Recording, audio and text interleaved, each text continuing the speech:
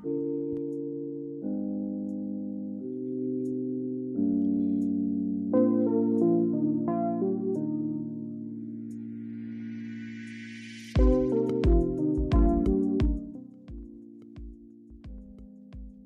hello, everybody. Welcome to the Missing Wolves post-game live stream podcast, whatever it is. And I am shocked that we have two people in here already because midnight on now the 30th of October after a gut-wrenching loss to the Lakers. You guys are braver than I am.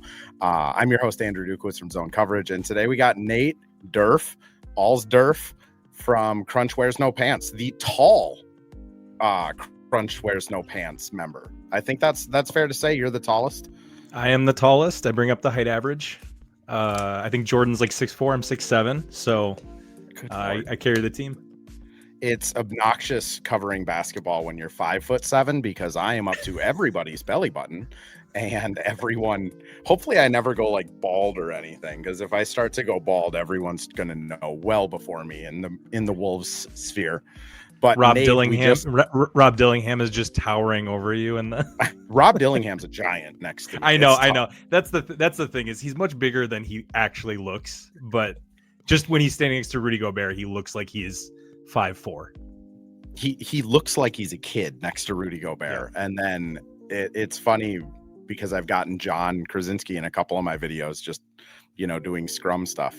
And the amount of people that are shocked that John is like 5'8" is shocking to me, because I never pictured him as like a 6'5" man, but evidently some people just have thought that John Krasinski all these years is this towering Jim Pete-like figure. But Nate, we got basketball to talk about. I mean, I'll kind of throw it over to you. If you want to talk about kind of the last play first, we can do that. If you want to talk about the third, second, and first quarter that seemed like a completely different basketball game, we can go that way too. But what was kind of your biggest takeaway tonight? My biggest, oh man, there's too many. We are bad.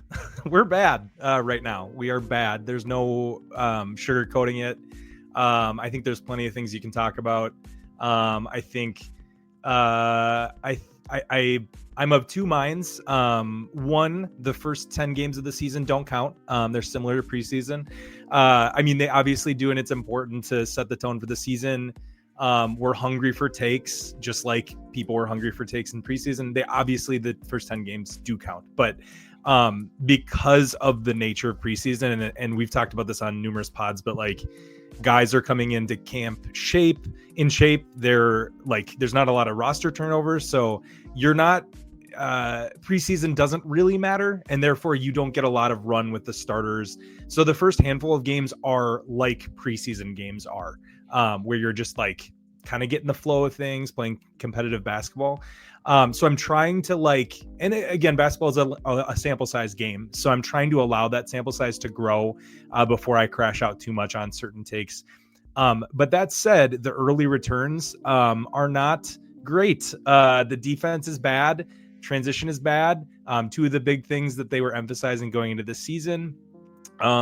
It is a really hard thing to have a team that's built around Rudy Gobert and be bad at defense. Yeah. If you're bad at defense with Rudy Gobert, what's the point in having Rudy Gobert? And that was just rearing its head all night tonight. It's a struggle to watch. And I think one thing that we are obviously missing Anthony Edwards. He is he is the team. But I think that's overlooked how much we're missing him on the defensive end too. Everybody thinks about his scoring, but he is on this team. He is your second point of attack defender. Like, you have Jaden, but when you take Ant out of the mix, that shifts everybody up, and it just throws the whole defensive alignment out. And I mean, Ant is an underrated defender. So I just think there are numerous things that result in what we saw tonight. So it's kind of hard to dig down to one thing, but it's tough when you're excited for the season to start and then you see this on-court performance. Yeah, I'll be completely honest. Like, I thought this team would hit the ground running and be a pretty dominant force at the beginning of the season, just because there wasn't turnover. And when this team did click in the last 3 months of the season and into the postseason, like, they seem to have solved most of their problems. So then it's like, yeah, you just need to get better around the margins and hope for maybe Jalen Williams sprained ankle and you're in the finals this year. You know what I mean? Like it's kind of this optimism going into the season. And to your credit, or to your point, I mean, this is a game in the past where Nickeil Alexander-Walker would have played quite a few minutes because he's so good at slipping those screens. He's so good at being that point of attack defender. Even when Ant is healthy, like Nickeil was just so good at that. And I think, losing him and then not having Ant and Jalen to fill into that space was really apparent tonight. I mean, Jaden is almost a foot taller than Austin Reeves. It's really hard for him to get small and sneak in between his screen to help Rudy out in a drop coverage by staying with him. I think there was some things I actually thought this was a pretty really good game from Mike Conley tonight. He started full court pressing in the third quarter, fourth quarter. He looked really in control offensively. This is the Mike Conley we've come to know and love. But this is now the third consecutive game of him playing 25 plus minutes. And I don't know how a human body can continue doing that as an undersized guard. And then on the other side, offensively, this team is scoring enough to win games. It's it's the defense, which is so odd because this team has been built on that defensive identity for, really since Gobert got traded here. I guess, obviously we are not Chris Finch and we are not able to fix these things, but what would you what are your thoughts on how to fix this defensive issue that they've been dealing with? I mean, it's beyond me. I think a lot of it does come down to personnel, honestly. I mean, there's some schematic things that you can tweak, but that only gets you so far with the bodies you have. And I think we're just in a really tough point. Like I said, especially honestly, it is a really big thing missing Jalen because of his ability to buckle down on the better point of the attack ball handlers. And so in a game like this, you're forced to there's so much load bearing for Jaden. And then if Jaden comes out, then who are you relying on? Dante has to do things that you don't want Dante to have to do. To your point, Jaden was plus 10 in 41 minutes. Yeah, which is crazy. I mean, he were minus 11 in the 7 minutes he wasn't playing. That's I know good. Exactly. It's you're cratering at that point when he's off off the court, but TJ Shannon is kind of unplayable right now on defense. I feel like he is and offense is just it ebbs and flows as it will do I understand that there's a learning curve. Even though he's an older sophomore, he is still second year player, so and getting first real rotation minutes, so there's going to be some hiccups here and there, but defensively he's just kind of out of control. I was comparing his defense to Dante's offense a little bit, where Dante plays over his feet a little bit, where he's a little bit out of control, kind of wild, erratic. And I feel like that's the type of defender that TJ is too, where he's playing aggressive, which is obviously you want to be aggressive, but just dumb fouls, I don't know, just wildly out of control. And hopefully that kind of, as the season goes on, he's able to pull that in a little bit. But I don't remember. That's the thing with TJ, right? I remember when we drafted him, I did a revisiting, look through all of his college stats and stuff, and he never has been a particularly great defender. At Texas Tech, he was kind of painfully average. At Illinois, he was fine for a Big Ten team that isn't Ohio State. I mean, even last year he was fine. So I think he might get over his skis a little bit on defensive, but I think a lot of us in the media, myself included, who just penciled him in as TJ is going to be able to step into that role. It's hard to play defense in the NBA, and if you've never really particularly been excellent at it, it's even harder. So I do agree with you. There has been just a lot of really weird stuff with him defensively, but he does try hard. Yeah, like, he did. Trying is not the issue. A lot of calories into it. Like that dude is trying. Yeah, it is interesting too. I mean, just with the Nickeil thing, I talked about this on our last pod on Crunchers No Pants, shameless plug. But I feel like you're literally going to. That's literally going to be in the title of the Spotify episode. So like, it's not. If anything, you're plugging it less shamely than I will be. Yeah, we're really good. Come listen to us. No, no, we're not. But I think largely the loss of Nickeil is overlooked just because of the position, the depth of the team, and the role that he played. But it is huge, like having that player that can do both, because he is a two-way player. Obviously, he skews more defense because the offense with Nickeil would come and go. Like he would be like either like decent to very good, but it did ebb and flow based on the game. Defensively, he was very consistent. You have that now split up into two skill sets between Jalen and TJ, depending on who you're giving those minutes to, and you are splitting those minutes up, generally speaking, when we're healthy. And so it is kind of hard because you have to decide, like, do we want to trade offense for defense, or do we want to trade defense for offense? And that, I think, is one of the things that we talk. Coaching seemed to be a hot button topic on Twitter today. I don't know if you saw, but it was trending during the game. Chris Finch was the number one trending sports topic on Twitter. Finch was being massacred on Twitter. Yeah, I was honestly not really on Twitter today. I was like just being productive, and I went for a long run, and I opened Twitter, and I was like seeing tweets out of context, and then I was like, oh wow, there is an actual civil war breaking out. But that is an area where it's like he's got to find that balance, and that what is the right what matchups are the right matchups to deploy one versus the other. What's the minute? How are you divvying up those minutes? That is an area where there's actually like a balance sheet that he has to figure out. But yeah, I mean, I think when the team is built on sort of this, like, you can depend on Nickeil Alexander-Walker and you know what you're getting from him, and then you take that factor out, it throws things out of alignment a lot. And this team requires steadiness. And even when it's something as small as a guy who plays, I don't know, I mean, it's not small, but like 15 to 20 minutes a game, depending, that does change things a lot. And I think we just have to figure it out.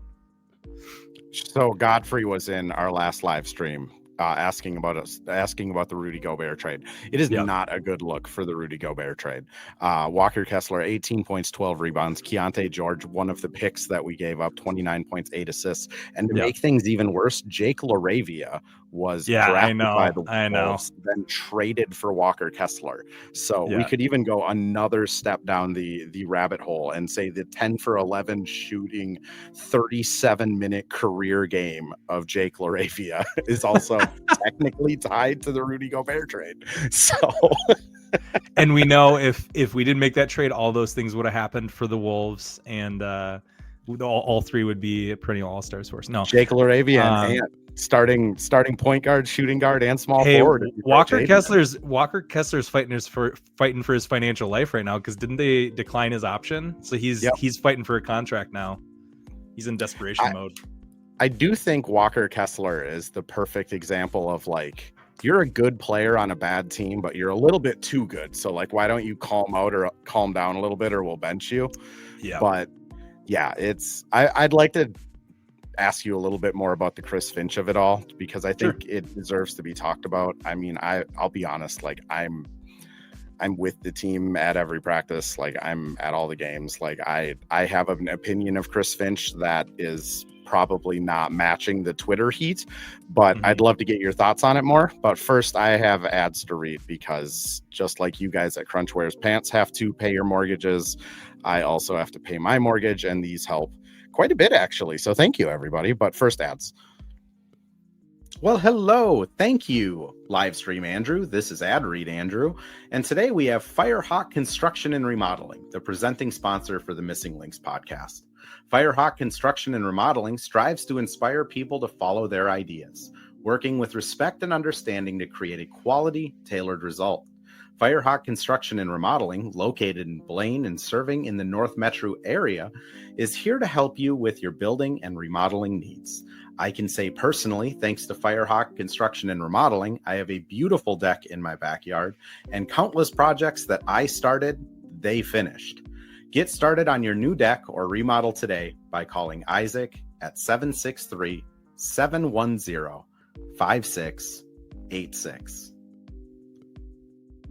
And we're back with another ad read, this time for Pence Homes, the presenting sponsor of Hitting the Hardwood Network. From the best tools and technology to transparency throughout the entire process, Nate Pence and the Pence Homes team is the top choice for buyers, sellers, and is proud to support you and your home ownership goals. Get started today by calling 612-308-1122 or by emailing info@pencehomes.com. All right, Nate. So just what are your general thoughts on kind of the Chris Finch situation? Because again, I feel like I'm biased because I am around him. And like, I think as media, you kind of lose touch a little bit sometimes with like the fans or the media members that aren't around him all the time. But like, what's kind of your impression of his coaching job so far? So, I mean, I start with saying like, he's the greatest coach in franchise history. Like, I think that most people, yeah, exactly. It is technically a fact. Yes. And I think from the opinion side of it, I think largely people would agree just based on what he's achieved. I think there's a contingent the last couple years, specifically last year with the slow start, that we're like just really sick of him early and we're looking for excuses to be the Fire Finch crowd, whatever. And I think it's just, there's a level of impatience to it. And I think I wonder if like how many of those fans understand what coaches do, because I feel like I hear all these things that they're blaming. It's like they don't understand why things are happening, and so the easy thing is to blame the coach, because you're like, this is the intangible. I can't understand it, so it must be coaching.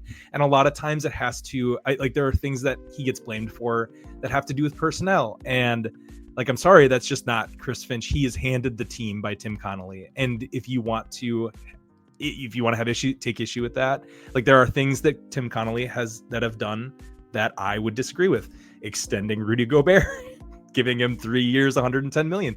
Maybe in the moment that made financial sense or whatever. But it is rearing its head right now. I do think that there are some, I think Chris Finch does a good job. I like Chris Finch as a head coach. I do not think the Western Conference Finals are our ceiling. I think that's kind of been a take I've been seeing.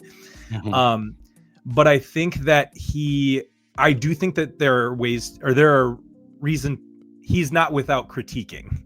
I think any NBA head coach, like, I'm not going to sit here and defend him and say he's never done anything wrong. There weren't issues tonight, but I feel like every issue is like, well, fire him. And I'm like, that's such a reactive take, because one, you have to have an idea of who you want to backfill him with, and is that coach better? And two, like, the only time I would ever say just fire somebody is if it's an addition by subtraction, where you're like, truly, we are better than where we are with this coach.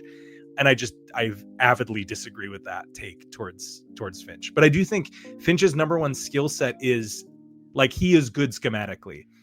Yeah. There are coaches better in the NBA at schematics and like their X's and O's. Finch is good at it, but Finch's superpower is enablement, like enabling players to be in the right position to succeed. I actually had an opportunity to listen to Finch talk to like a work event a month or two ago, and he talked a lot about like finding guys' strengths and their weaknesses, limiting their weaknesses, highlighting their strengths. So putting guys in position that highlight those strengths.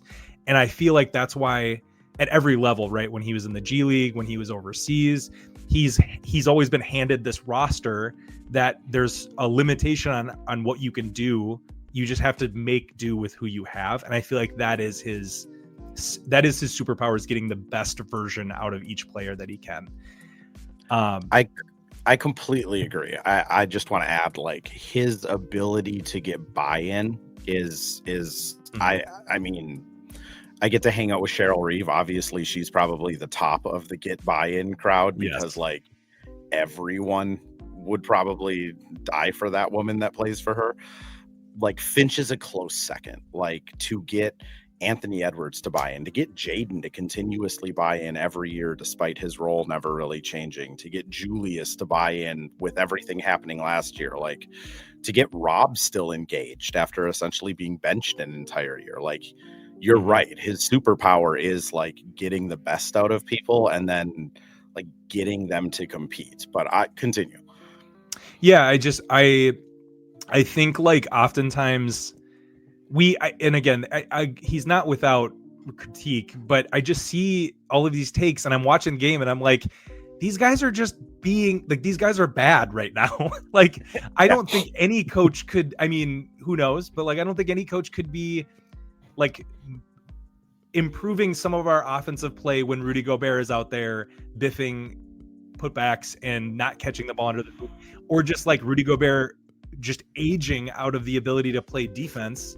And the truth is like we have one point guard on this team, one dependable point guard on this team, and one dependable center, like true center and true point guard. And that was our issue last year too. Yep. And those two like cogs in the machine are now a year older and are obviously going to regress. And so to me, that's much more of a Tim Connolly thing. And I had that issue in the offseason too. I was like, I like the Yohan Berenjay pick. Like I like that we signed Bones. We, as you know, we love Bones. You guys do love Bones Highland. It is obnoxious how far back this goes, but like it really does. It's so funny that it turned into a full contract. And Bones is like, it's been spotty, but like he's had some fine nice plays. Yeah, he is a fine NBA player, and that's what we were hoping for when you have a guy like that on a minimum contract. But my issue was like we need a Monte Morris and a like I don't know who throw out any dependable vet minimum guy like center that can play like 15 minutes a game, because I love Nas, I love Julius, but those are not your backup centers, and like they can do it in a pinch, and we do it, but you need a guy who can get boards, because we are getting clean, like the glass is getting cleaned by whoever we're playing. And I mean, it's like I said, like defensively, second chance points, like there's just so many issues that stem on both sides of the roster. And it's not new. I don't know. Yeah. Like, I just don't know how people look at this and they're like, it's right there. Like it's the roster construction. I don't know what to tell you. It's the Rudy situation puts him in such a hard spot, because like statistically his numbers when he's involved in the offense are fine. Like he's not a net negative when he's actually involved and gets 10 shots and like is feeling like he's a part of it. It's just one of those 10 shots, he is going to take it with both hands and throw it 7 feet into the air, and it's going to go to the 9th row, and it's going to look really bad. And I feel like when he does that early in the game, just everyone stops passing to him. They look him off.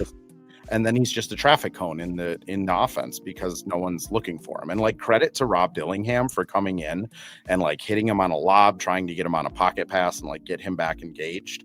Because like when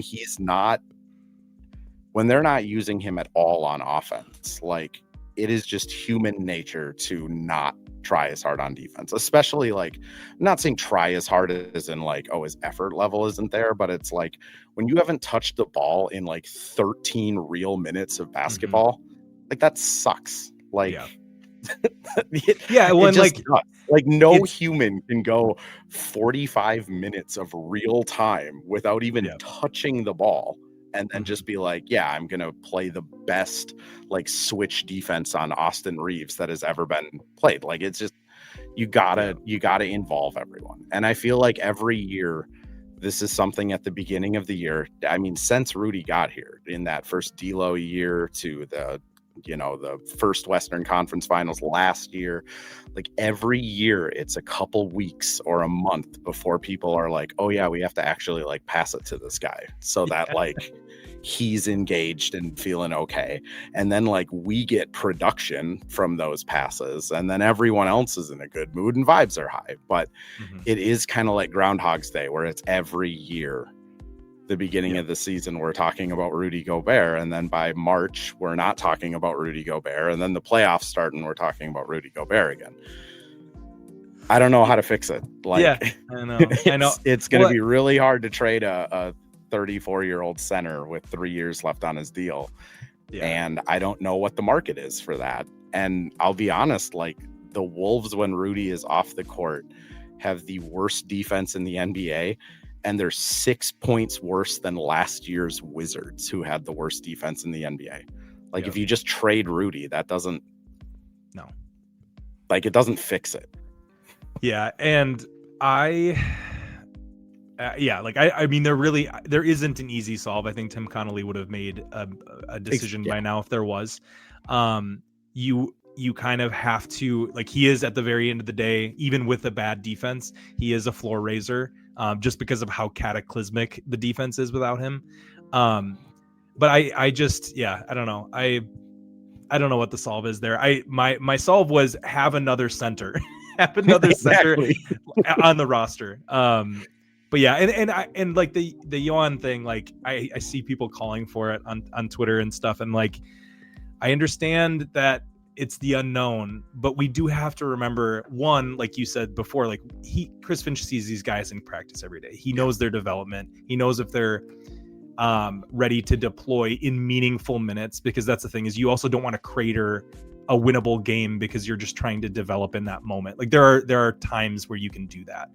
But the guy learned how to play basketball 5 years ago, was it? He is 18. He learned when he was 15. 3 years ago. So 3 years ago. We do really have to remember that. Like, started basketball because he grew out of his soccer cleats. Like that. He's crazy story. He's an athlete. At the end of the day, he's an athlete, and you have to like refine those things into the game of basketball at the highest level. Like, he was not coming from the highest level. But anyway, I like to see. I would like to see that at some point throughout the season. But again, 4 or 5 games in, where you're just trying to like get the flow down. For me, I mean, the example I always use is Rob, because Rob, I've gotten to talk to him quite a bit over the last couple of years. Like, he's just a really good kid. Like, he's a really good dude. But like at the same time, it's like he's 19, and I'm willing to promise you, like, you know, Pablo Prigioni was glued to that guy. All practice, every practice of last year, it was Pablo Prigioni being Rob Dillingham's shadow. And Pablo is the Argentinian team's national coach for FIBA. He is a 25-year Euroball and NBA veteran. Like, this dude, all he does is point guard. Like, this guy is a guru. Like, the Knicks offered him a head coaching interview, and he's not even the head assistant here. Like, that's what he's thought as. And if that guy is saying, hey, Rob isn't ready, like, that's who Finch is listening to. Like, I don't think Finch is sitting there in practice and seeing Rob throw it out of bounds and be like, not going to play this guy. I mean, there's so much more of it that goes into it. And like, Finch really relies on these like developmental coaches, because like, that's who's with these players all the time. Like, for Yohan, it's Kevin Hansen, going to be with him all season, every practice. He'll be his shadow. And I guarantee if Finch is having a meeting with him like once every week of like, how's Yohan doing? And if Kevin Hansen's like, not great, we're not going to see Yohan, because like, why would you put a guy out there to just fail? Which, you know, Cole says, look at Josh, which I agree. Like, Josh he's been unbelievable for the Celtics. I think it's hard with guys like Josh, because when he got chances here in Minnesota, Josh Minot, that is, like, he didn't particularly do well. Like, his defense was not very good. He didn't rebound. Like, the 11 rebounds he had tonight is like triple his career high. Like, he was a rim hunter when he was with us. He was always going for highlight dunks, and that was just. And I think part of that is Boston, you know, has an opportunity for him. Tatum isn't playing. They can throw Josh out there for 20 minutes. And the other part of it is like, sometimes these guys need a little bit of a wake-up call of like, hey, your option isn't going to get picked up. And then, I mean, Josh knows that if he didn't have a good camp and a good season, his career's over. Like, that's just how it is in the NBA. And it's different when you're playing for your career versus, you know, kind of sitting on a bench being like, why am I not getting minutes? For the 5 to 8 minute role on, you know, the last guy off the bench for the Wolves. I mean, what I would just add is like, again, I feel like most people like in the room that get to talk to Finch and like do this type of stuff, like there is just some general bias because like Finch is a really good dude. He's very pleasant to talk to. Like you can say you're as objectable as humanly possible. It's just not like, it's just not feasible that you could sit here and like put up that stone wall. But what I would say is like Jaden McDaniels is like a Finch development story. The fact that Jaden's scoring 30 tonight, like we all saw that guy in 2020. No one ever thought he would score 30 other than like his wife, him, and maybe his mom. Like that dude's an offensive piece now. Like Naz Reid is primarily, yes, he was drafted by Ryan Saunders, and Rosas, but he's primarily a Finch story of like slowly giving him more and more to his roles. Like he does have these hits. It's just really hard to develop young players, especially in the league now where, you know, everybody wants them to play right away and be successful right away.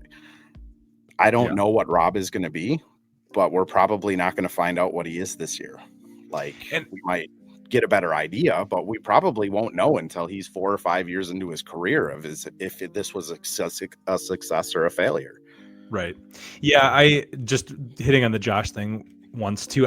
I would like to have that conversation further than 5 games into the season too. Because like, and I'm not like, there's no bashing. Like he's had some really good performances, but it is such a small sample size and the season is so long. I want to see that extrapolated over because he did have a couple like pretty solid games for us.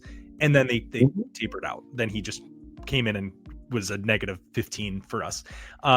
So yeah, I'm just curious to see what we're talking about with Josh Minot at the end of the year. It could be that he was this unlocked force that we just didn't know. But I don't know. I have my doubts just from what I saw during his time with us.